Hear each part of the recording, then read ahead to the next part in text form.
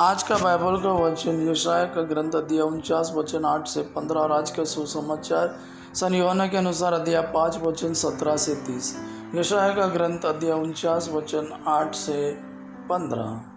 प्रभु यह कहता है, मैं उपयुक्त समय में तुम्हारी सुनूंगा, मैं कल्याण के दिन तुम्हारी सहायता करूंगा।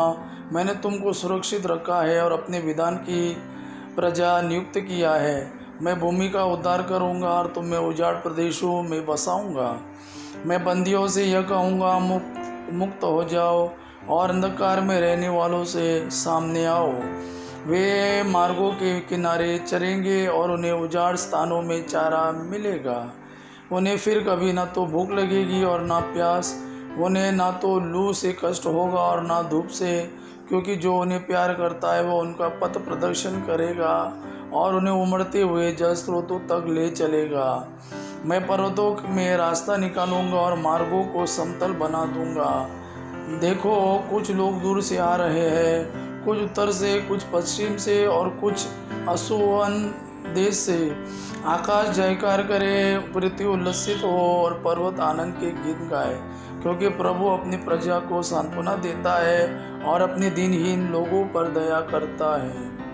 सियोन यह कह रही थी, प्रभु ने मुझे छोड़ दिया है, प्रभु ने मुझे भुला दिया है। क्या स्त्री अपना दूध मुआ बच्चा भुला सकती है? क्या वह अपनी गोद के पुत्र पर तरस नहीं खाएगी? यदि वह भुला भी दे तो मैं तुम्हें कभी नहीं भुलाऊंगा। आज का सुसमाचार सन यूहन्ना के अनुसार अध्याय 5 वचन 17 से 30।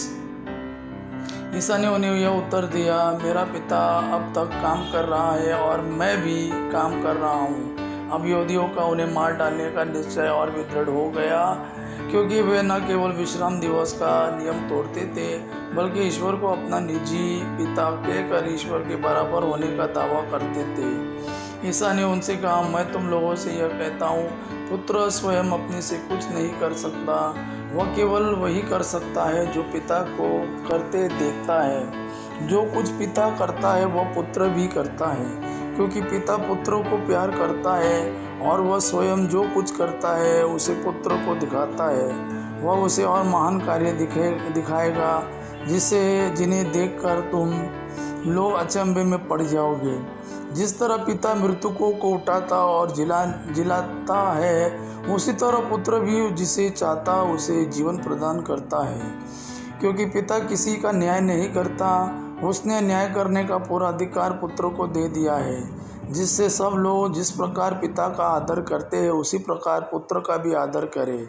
जो पुत्र का आदर नहीं करता वो पिता का जिसने पुत्र को भेजा आदर नहीं करता।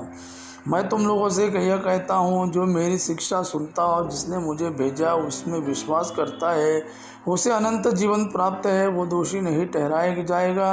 वह तो मृत्यु को पार कर जीवन में प्रवेश कर चुका है।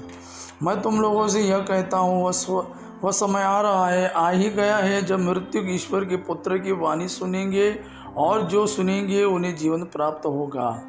जिस तरह पिता स्वयं जीवन का स्रोत है, उसी तरह उसने पुत्र को भी जीवन का स्रोत बना दिया और उसे न्याय करने का भी अधिकार दिया है, क्योंकि वह मानव पुत्र है। इस पर आश्चर्य न करो, वह समय आ रहा है जब वे सब जो कब्रों में है उसकी वाणी सुनकर निकल आएंगे। सत्कर्मी जीवन के लिए पुनर्जीवित हो जाएंगे और कुकर्मी नरकदंड के लिए। मैं स्वयं अपने से कुछ नहीं कर सकता, मैं जो सुनता उसी के अनुसार निर्णय देता हूँ और मेरा निर्णय न्याय संगत है, क्योंकि मैं अपनी इच्छा नहीं बल्कि जिसने मुझे भेजा है उसकी इच्छा पूरी करना चाहता हूँ। यह प्रभु का वाणी है। प्रभु को धन्यवाद। आबा पिता की महिमा और पुत्र यीशु का प्रेम आप पर सदा सर्वदा बना रहे। आमीन।